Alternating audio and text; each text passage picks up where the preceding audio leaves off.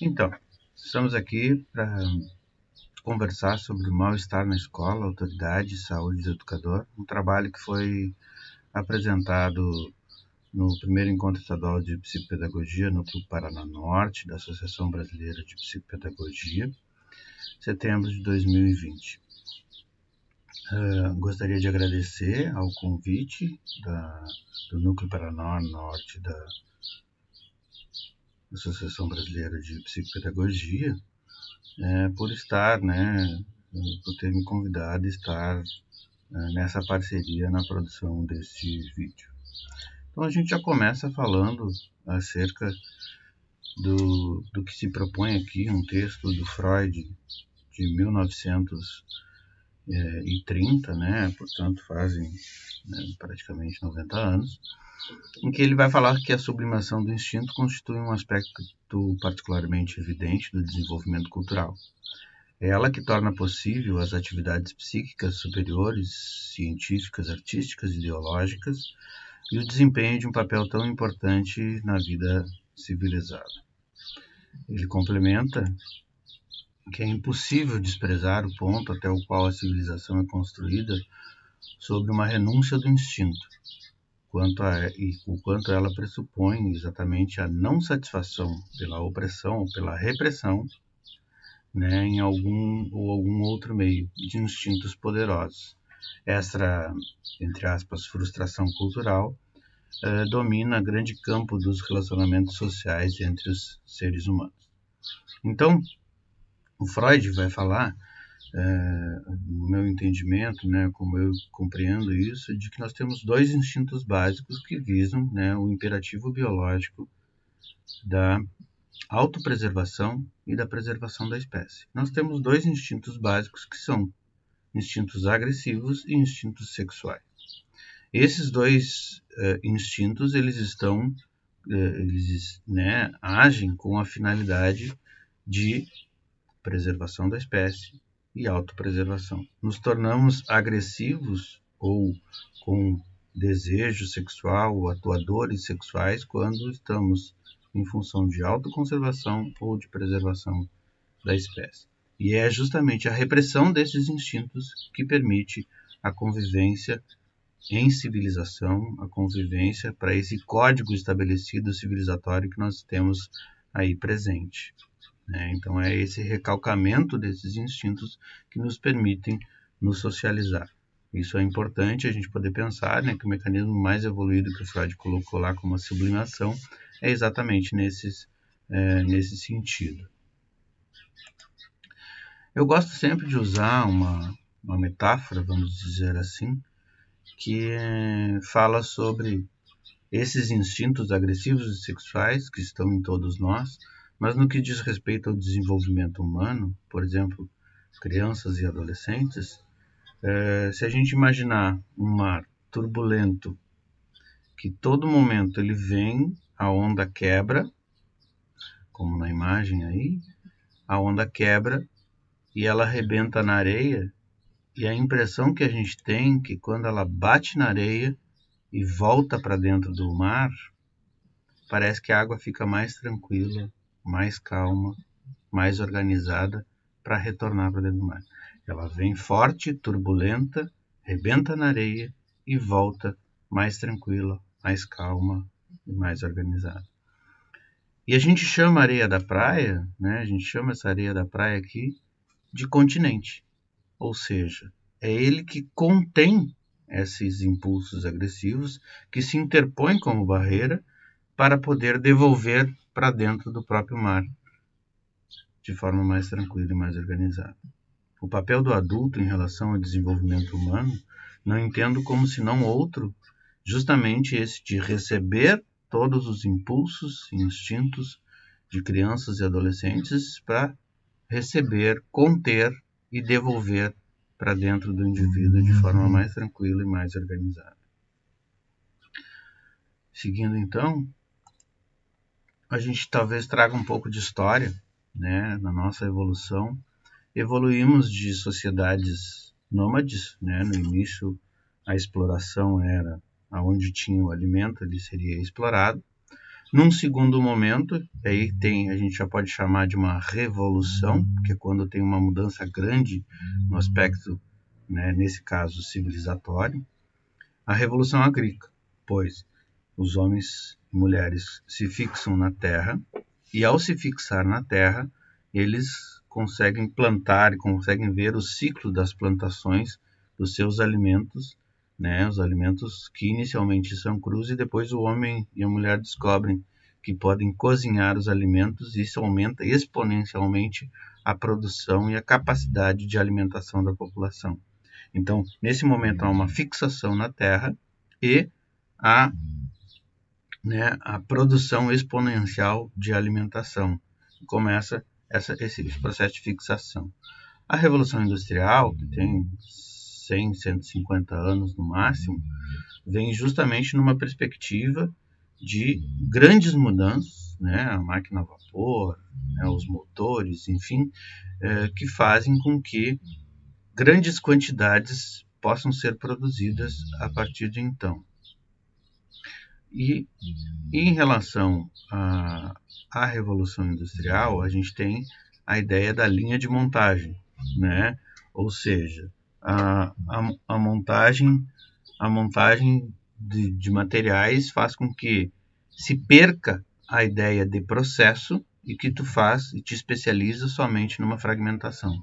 Se a gente pensar, por exemplo, a escola, ela vai trabalhar muito, a escola que a gente conhece hoje, muito nessa perspectiva de divisão e de linha de montagem de produção. Algo para a gente poder questionar e evoluir. E talvez um recorte de 30 anos para cá, um pouco mais, né?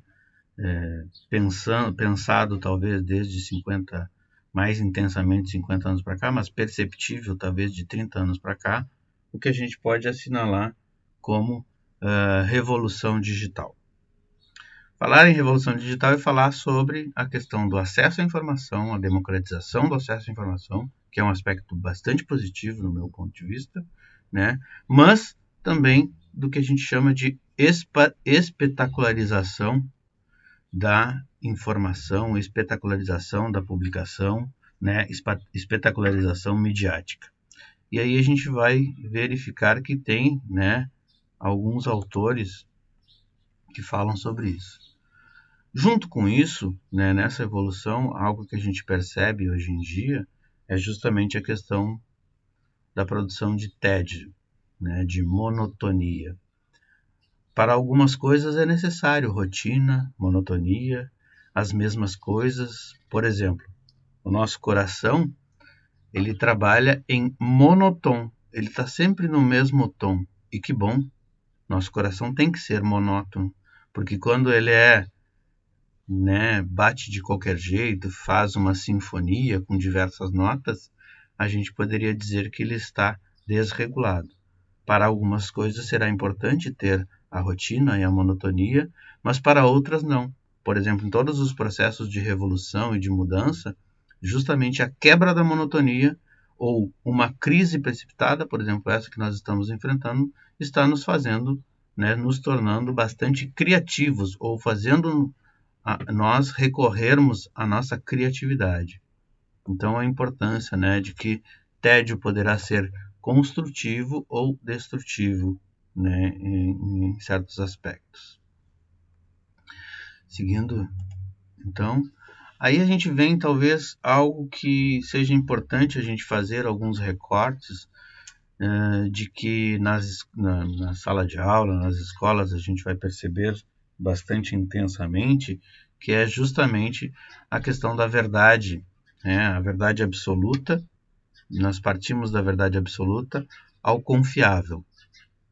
Ou seja, antes pareciam haver verdades que eram quase inquestionáveis, enquanto que hoje em dia a gente trabalha com verdades que a gente questiona e que a gente, neste momento, é confiável falarmos isso. Então, a gente começa a relativizar mais a realidade e saber que aquilo que temos acesso de informação precisará sofrer um processo histórico e ser verificado em relação a isso. Inevitável falar acerca da diversidade e da complexidade. Quando a gente fala de diversidade, a gente vai estar falando justamente sobre o quanto conviver nesse mundo é conviver com inúmeras diversidades. Diversidade de ideias, diversidade de cor, diversidade de formatos, de jeitos, de maneiras, e o quanto isso faz com que a gente possa conviver na diversidade. Por um tempo a gente falava tolerar a diversidade, isso dava uma ideia talvez equivocada da sua proposta. Mas nós convivemos com a diversidade. Somos diversos. Cada um tem as suas limitações e as suas potencialidades. E é essa diversidade que faz tão interessante o ser humano. Complexidade, então, inevitável a gente lembrar do Edgar Morin, né, no que diz respeito à questão da complexidade, que ele vai falar que toda a realidade pode ser observada como uma malha de um tecido. Se eu pegar um tecido e mexer num ponto desse tecido, eu interfiro em toda a sua malha. É a história do o bater de asas de uma borboleta, da teoria do caos, né? Bater de asas de uma borboleta pode interferir num furacão que está acontecendo do outro lado do planeta. Então, a gente falar de complexidade no que diz respeito à realidade da escola, por exemplo, não podemos tratar de problemas tão complexos que têm múltiplas causas com certa simplicidade. Se o problema é complexo, certamente a solução será complexa. Problema simples, resoluções simples. É meio óbvio que eu estou falando aqui, mas não é incomum vocês virem por aí pessoas dando uma explicação, né, de forma linear quando é algo extremamente complexo, alguma situação que está acontecendo. E aí, então, essa questão da complexidade, por exemplo, todo o processamento histórico que envolve o ser humano, a gente pode dar o exemplo, né, de uma pessoa e de um pássaro. Um pássaro pegar a semente de uma árvore e, ao longo do seu voo, derrubar essa semente na terra, isso é um processo natural. E daí a gente diz, né, muitas vezes a gente usa natural como sinônimo de habitual equivocadamente. Isso é um processo natural.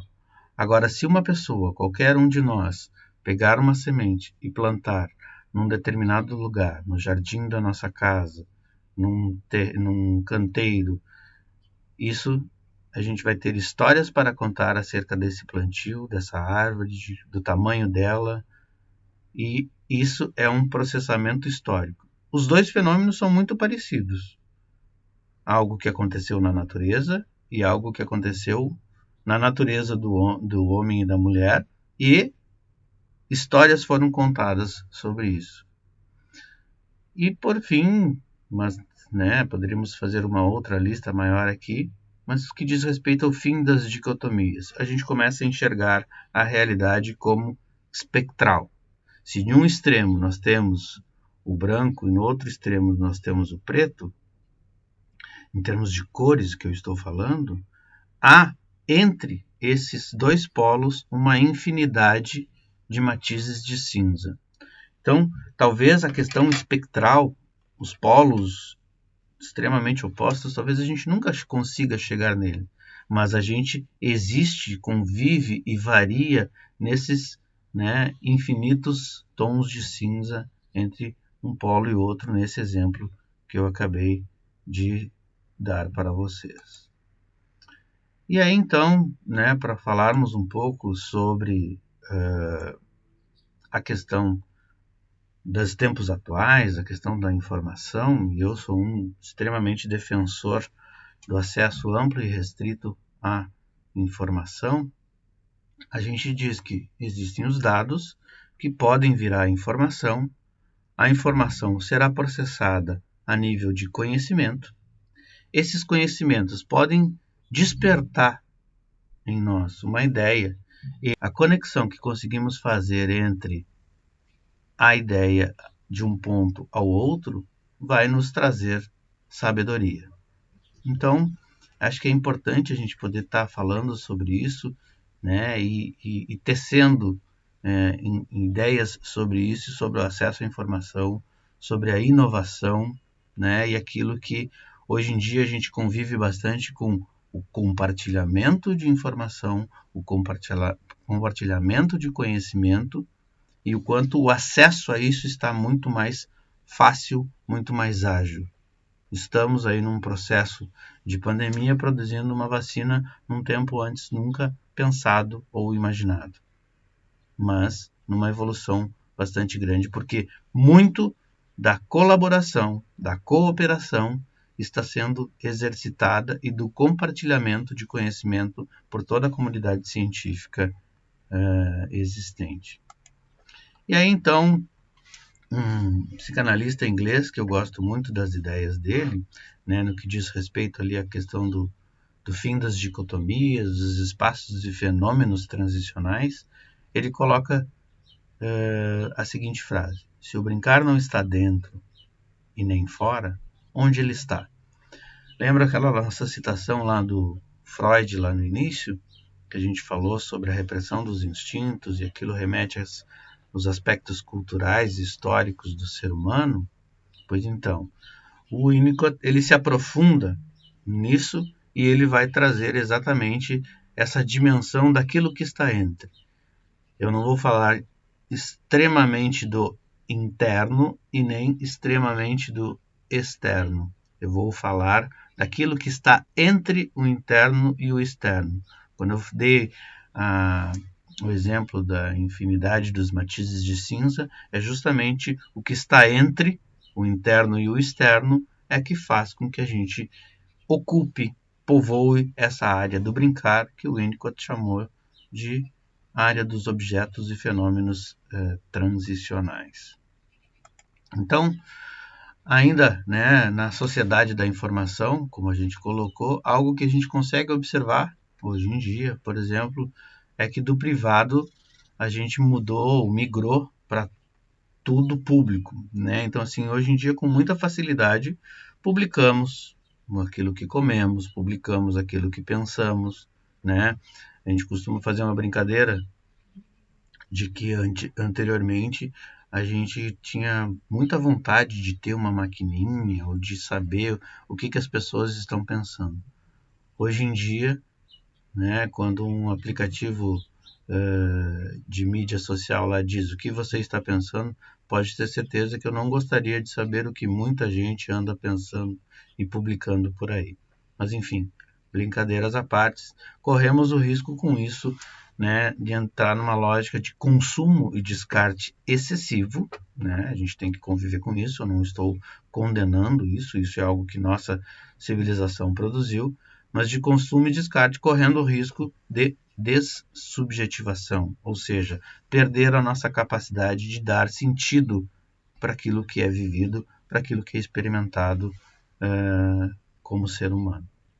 E aí, então, algo bastante conversado, discutido sobre hoje em dia, que eu acho que carece de um maior aprofundamento, que seriam as novas dimensões do real.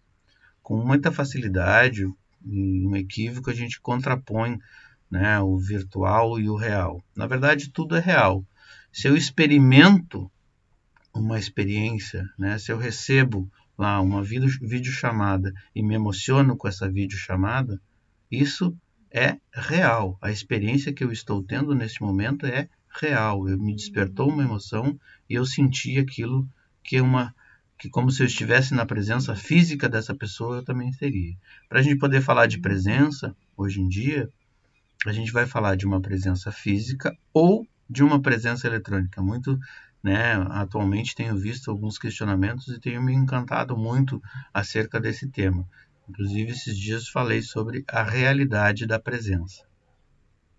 E o que a gente chama de sociedade do espetáculo, que é um autor, né, o Guy Debord, um autor francês, que na sociedade do espetáculo vai falar que o risco que temos, né, do ahistoricismo, ou seja, a quebra da história, né, e o fim das metanarrativas, ou seja, há uma verdade única que ela é espalhada ou divulgada de forma linear e que a gente segue e aceita, né, de forma pouco crítica. Então, hoje em dia, a gente consegue fazer vários contrapontos a ela. E o Debord tem uma obra chamada Sociedade do Espetáculo, que é de 1967. Né? Vocês estão percebendo que os autores que eu estou trazendo aqui para conversar, eles são verdadeiros visionários de ideias que são muito, muito, muito atuais hoje em dia. Né? Tudo era vivido, diretamente vivido, se esvai na fumaça da representação, ele diz. O espetáculo não é um conjunto de imagens, mas uma relação social entre pessoas mediatizada por imagens. Se a gente pensar a ideia de mídias sociais, se a gente pensar a ideia de redes sociais, o Guy Debord, antes dos anos 70, está falando sobre isso numa obra extremamente visionária por parte dele. Isso é realmente bem interessante, né? A gente poder ter esses expoentes, vamos dizer assim, que enxergam, né, muito além. E aí, então, para a gente falar sobre a questão da autoridade, se vocês virem a palavra autor, está dentro da palavra autoridade. O autor de uma obra, o autor de um livro, o autor de uma escultura, de uma pintura, ele, com a sua arte, ou com a sua capacidade, com a sua potencialidade, ele expressa isso para o seu público. E é o seu público que reconhece nele a autoridade para falar sobre esse assunto, para produzir esses materiais.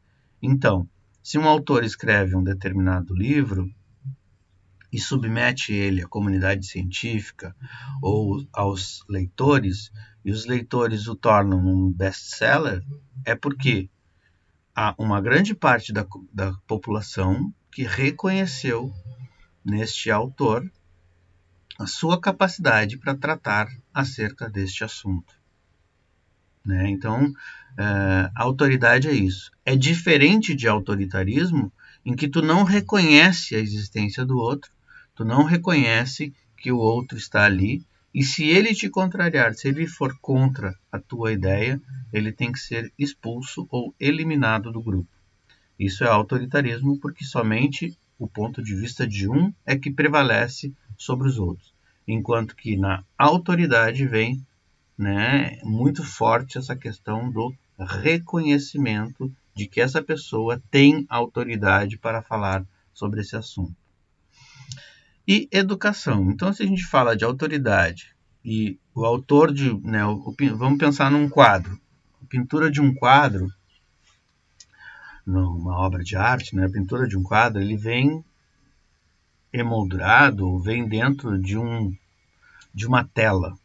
Essa tela tem as suas bordas, os seus limites. A gente fala tanto sobre limites em educação e eu não gosto, né, quando se fala em impor limites, em dar limites. Na verdade, a gente oferece os limites sempre naquela ideia de que somos continentes aos impulsos, né, agressivos e sexuais do desenvolvimento normal de crianças e adolescentes, e que como adultos nós temos que ter orgulho de ser adultos. Então, quando eu falo do artista que submete o seu quadro na galeria e nós vamos no vernissage assistir essa obra, né, e ele de lá nos desperta o quê? Emoções. Que bonito, que feio, que legal, que triste, meu filho faz melhor que isso. Isso são emoções que somente estar na frente daquele quadro, estar na frente daquela obra de arte, pode ser despertado. E essa obra de arte está dentro de limites. E essa é a importância do adulto na relação com crianças e adolescentes, de oferecer limites para que possa ser questionado, para que possam ser transgredidos, para que possam ser transbordados, mas para que essa experiência seja uma experiência de troca efetiva e afetiva. Então, Uma outra autora que eu gosto muito, né, também dos anos 50, como eu falei antes, ela vai falar, né, que é a Hannah Arendt, uma filósofa austríaca, extremamente importante as suas ideias no que diz respeito à questão do diálogo com a educação, daquilo que estamos vivendo na atualidade. Ela diz que a autoridade foi recusada pelos adultos, e isso somente pode significar uma coisa: que os adultos se recusam a assumir a responsabilidade pelo mundo ao qual trouxeram as crianças. Então, gosto também de uma outra citação que ela usa, em que ela vai falar sobre a questão de que nós temos que cuidar do mundo que vamos deixar para as crianças, e aí que vem a virada dela, mas também cuidar das crianças para esse mundo que a gente tem aí. Ou seja, nós temos que cuidar das crianças no sentido de protegê-las no seu desenvolvimento, né, por causa do mundo que existe aí, muitas vezes cruel, perverso, com várias falhas humanas, vamos dizer assim, mas ao mesmo tempo também temos que cuidar do mundo para que essas crianças, né, não venham a destruir esse mundo que estamos construindo até hoje. Eu acho que isso é tão importante no que diz respeito, né, a esses aspectos relacionados, inclusive com a questão da autoridade. E aí, então, eu trago de novo o Winnicott, né, numa obra chamada Privação e Delinquência, em que ele vai dizer o seguinte: é tarefa dos pais e professores cuidar para que as crianças nunca se vejam diante de uma autoridade tão fraca a ponto de ficarem livres de qualquer controle, ou por medo assumirem elas próprias a autoridade. A assunção de autoridade, provocada por ansiedade, significa ditadura. E ele complementa: aqueles que tiveram a experiência de deixar crianças controlarem seus próprios destinos sabem que o adulto tranquilo, e esse adulto tranquilo aqui nessa citação é central, é menos cruel enquanto autoridade do que uma criança poderá ser se for sobrecarregada de responsabilidades. Ou seja, ele está dizendo que um adulto tranquilo. E por que adulto tranquilo? Imagina um adulto raivoso, um adulto desequilibrado, um adulto frustrado com a sua própria história, né, trabalhando com crianças e adolescentes. Certamente ele vai insuflar ainda mais, né, essas, digamos assim, imaturidades por parte de crianças e adolescentes, porque vai canalizar suas frustrações em relação à vivência dessas crianças que são, nesse caso, nesse exemplo dado, inocentes. Não é muito difícil se a gente pegar uma turma de quinto ano, por exemplo, onde a gente vai estimular que eles criem lá no início do ano as regras de convivência daquela turma. E em criando essas regras de convivência, depois vai ser pensado quais são, né, as punições possíveis para o desrespeito a essas regras. Certamente eles serão bastante cruéis entre eles. E um adulto tranquilo, naquele momento, naquela ocasião, é que vai fazer essa diferença, é que vai mostrar para eles essa diferença em relação sobre eles cuidarem essas regras, terem esses cuidados em relação ao seu desenvolvimento, porque eles estão pedindo proteção. Às vezes uma criança que vem com uma ideia, ela vem pedindo escuta, cuidado e proteção. Podem ter certeza disso. E educar na atualidade, né, ainda mais uma atualidade como essa realidade que estamos vivenciando agora, em tempos de pandemia, significa justamente isso que eu acabei de falar: proteger o mundo em relação ao que vem aí, né? Estamos aí num processo bem difícil, ao mesmo tempo que também proteger as crianças, os seres em desenvolvimento, para justamente ocuparem de forma bastante equilibrada, num espírito de solidariedade, colaboração, inovação, a tudo que a gente espera. Eu não sou iludido de que o ser humano vai deixar de ser malvado, vai deixar de praticar atos em prejuízo de outros, mas ao mesmo tempo acredito, tenho esperança de que é possível contaminarmos as pessoas com o bem também. Então, esse é o desafio, porque educar não é somente professor em sala de aula, educar somos todos nós profissionais que atendemos crianças e adolescentes, nos relacionamos com os nossos semelhantes, né? E os pais que estão em casa, os pais e mães que estão em casa, responsáveis pela educação dos seus filhos. Aí eu trago a Maria Cristina Kupfer, né, que vai falar, uma psicanalista paulista, que vai falar que aprender é aprender com o outro. Não há quem aprenda sozinho. Aprender é aprender na experimentação. Ainda que não seja com um semelhante, mas que a gente fique sozinho num lugar, numa ilha deserta, a gente tem que experimentar sensações, emoções, percepções com aquele ambiente para poder constituir ou conquistar ou construir aprendizagens dentro da gente. In, signo, né? In é dentro, signos são sinais. Quando a gente ensina algo para alguém, para uma criança, por exemplo, a gente está colocando sinais para dentro dela. A educação, aparentemente num sentido oposto, né? Ex é para fora, colocar para fora. Duto, né? É canal, conduto.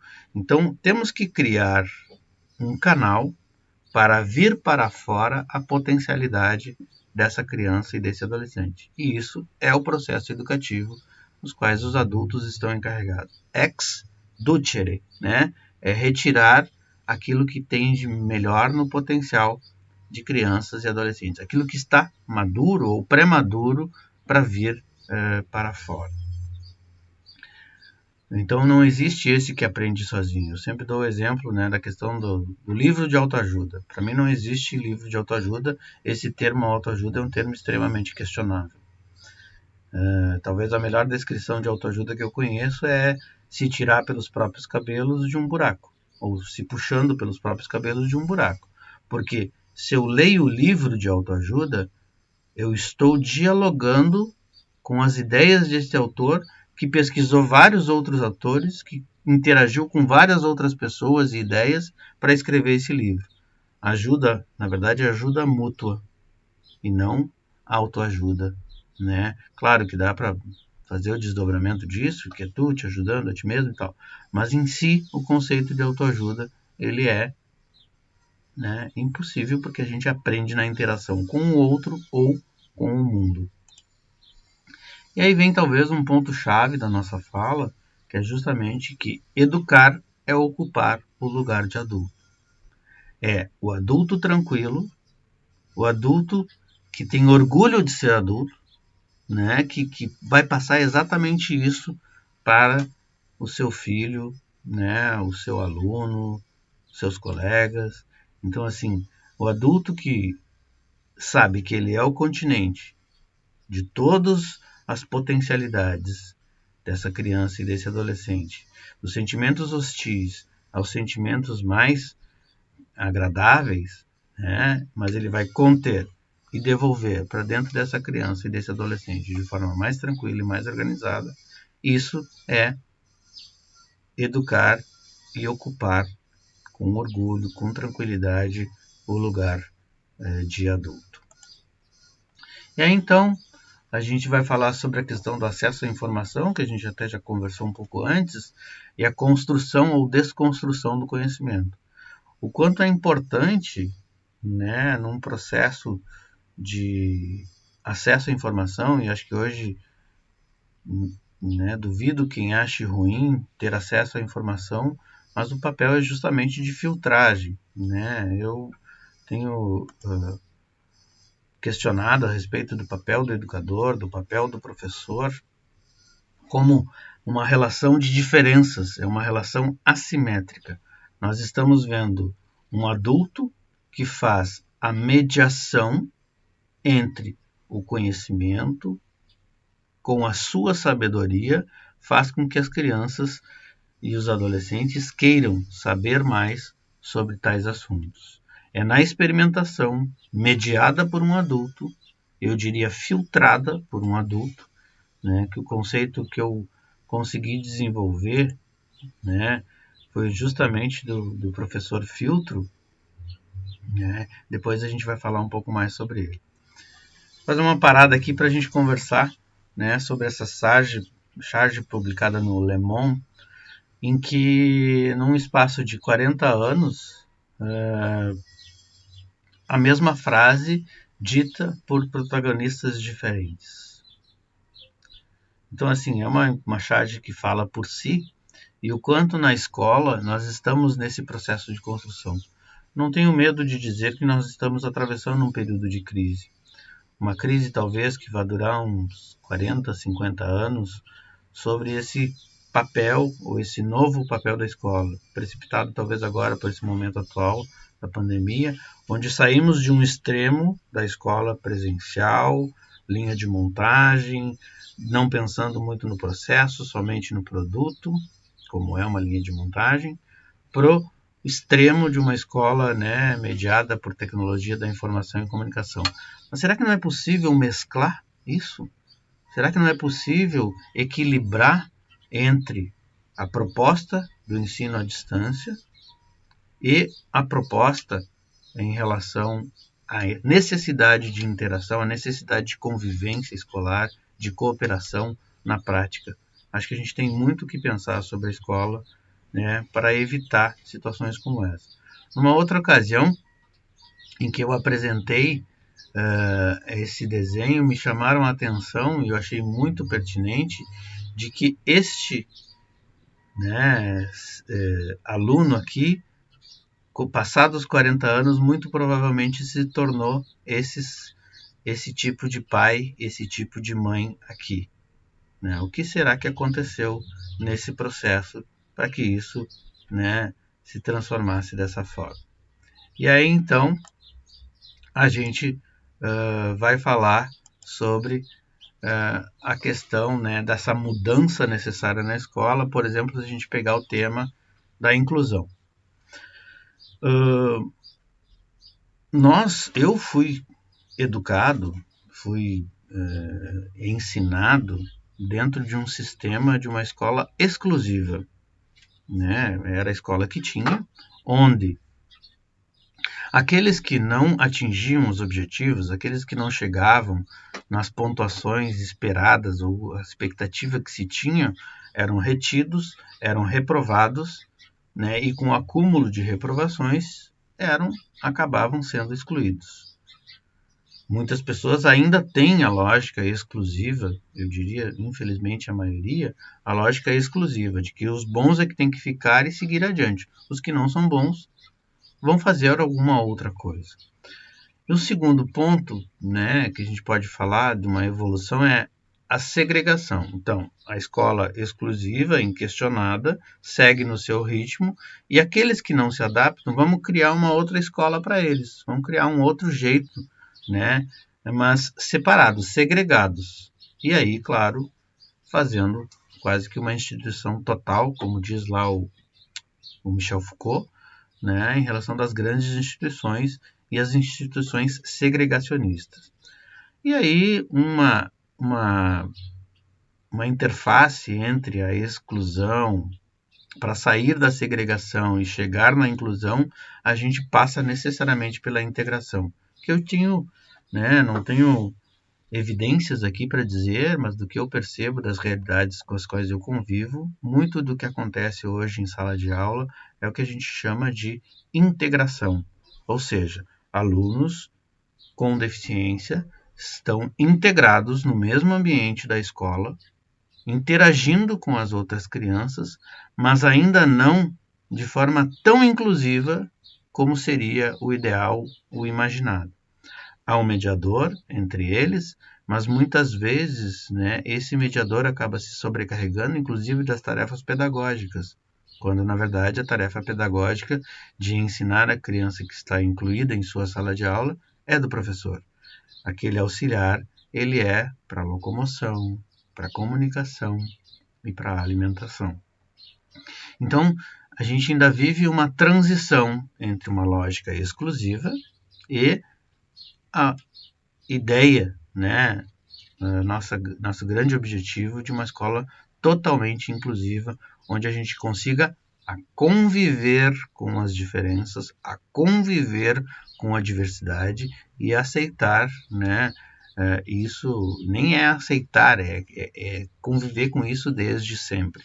Essa é a perspectiva. E talvez aí a mudança, né, que eu falei da questão da filtragem, a mudança importante é justamente no papel do professor. O que eu e o Oteral colocamos, né, nesse livro aqui, que fala sobre autoridade e mal-estar do educador, é justamente sobre a questão do papel, né, do professor como um filtro, como um mediador entre a aprendizagem, no que diz respeito ao conhecimento e à afetividade. Por exemplo, estou separando aqui uma citação, só para dar uma noção para vocês acerca das ideias que propomos em relação a isso. Então, ao filtro do etmum filtrum, cabe a capacidade de separar para analisar, por exemplo, cabe a capacidade de passagem do líquido pelo pó, da onde se extrai a mistura. Ao professor, nesse sentido, cabe a capacidade de mostrar-se e posicionar-se como um adulto que filtra a relação das crianças e dos adolescentes com o mundo. Cabe a capacidade de interpor-se permanentemente para que o ser em desenvolvimento extraia de si mesmo e dessa barreira interposta a mistura qualitativa de sua própria essência. Ou seja, filtrar a informação, filtrar o afeto, mediar a interação que faz com que o professor possa se relacionar nessa relação, como eu falei antes, assimétrica com relação ao seu aluno. A importância, por exemplo, numa turma de ensino médio, onde o professor pede lá o trabalho, e ao pedir o trabalho da escola, ele recebe os trabalhos, faz a avaliação conforme os critérios pré-estabelecidos, mas ao mesmo tempo, naquela aula, ele pega aquele momento de aula e pergunta para os alunos: onde foi que vocês pesquisaram? Que fontes que vocês buscaram? As fontes que vocês buscaram são fontes confiáveis? São pessoas que têm autoridade para falar sobre o assunto? Eles são reconhecidos por tratarem desses assuntos? Então, essa filtragem é que faz toda a diferença e que eles, como alunos, podem simplesmente fazer um copia e cola, que alguns professores sofrem com isso, mas no meu tempo de criança eu também copiava das enciclopédias e colava, às vezes sem questionar, e meu professor às vezes me perguntava ou às vezes não me perguntava. Esse professor sempre teve esse papel de filtro, só que agora parece que com essa avalanche de informações e aumento significativo de informações, que eu sempre digo que é um processo que evoluímos e não tem mais volta, e eu acho super positivo, o papel do professor é ajudar o aluno a ter consciência crítica para filtrar essa informação. Então, já se encaminhando para o final, gostaria de deixar pelo menos 3 palavras aqui com vocês, antes da frase final, que tem a ver com a questão da criatividade. O Winnicott, que é o autor aquele que eu falei antes, ele diz que em momentos de crise, em momentos de extrema dificuldade, é que o ser humano é convidado a criar alternativas. É quando o ambiente falha comigo, é que eu sou compelido, obrigado, convidado a exercitar a minha capacidade intelectiva e afetiva para criar uma alternativa para chegar na satisfação. E isso não é possível se não for feito com generosidade, não pensando naquilo que eu vou ter em troca exclusivamente, mas que eu posso ser generoso com o meu outro, com o meu semelhante, para que eu possa justamente receber isso ali adiante quando for necessário. E junto com isso, eu gosto de parar para fazer uma reflexão acerca da palavra gratidão. A gente tem na língua portuguesa o hábito de dizer muito obrigado, obrigado, obrigado. Só que se a gente pegar a palavra obrigado, me coloca na obrigação de retribuir aquilo. É quase como uma dívida emocional. E a gente sabe que um dos riscos, né, que a dívida emocional corre é justamente de elas se tornarem impagáveis, porque a gente sempre acha que está em dívida. Por exemplo, alguém sabe de uma oportunidade de emprego, fala para um amigo e o amigo, né, é diferente ele dizer muito obrigado, como se ele se sentisse obrigado com esse amigo de ter passado na vaga de emprego e ao mesmo tempo ter permanecido na vaga de emprego. Serei, né, tenho essa obrigação contigo, é quase como se dizer isso. Diferente de ele dizer, eu sou grato, eu agradeço por tu ter lembrado de mim para aquela vaga de emprego. Ou seja, eu estou em estado de graça. Eu estou de grátis em relação a isso. E a gratidão, a gratuidade, o estado de graças fala muito mais da minha condição em relação a esse determinado assunto do que propriamente uma certa obrigação com relação a este outro. Então, desde já eu agradeço por você ter ouvido todas essas ideias que eu proponho aqui para nós questionarmos. E por fim, gostaria de fazer, né, uma ressalva aqui, de que é importante salientar que os nossos atos precisam ser significados. Eles precisam ser simbolizados para podermos nos conectar com a dimensão subjetiva das relações que estabelecemos com nós mesmos e com os outros, ou com os outros e com nós mesmos. Caso contrário, restará o vazio, o desamparo e a tristeza. Na relação, na interação entre professores e alunos, por exemplo, essa relação simétrica entre um adulto tranquilo e uma criança e um adolescente em desenvolvimento, né, há que ter esse processo constante de busca de sentido, de busca de significado, para que não fique a sensação de vazio, de desamparo e de tristeza. Por hora era isso. Meu muito obrigado pela oportunidade. Qualquer coisa, entre em contato aí pelo meu site, pelas minhas mídias sociais e até mais. Muito obrigado.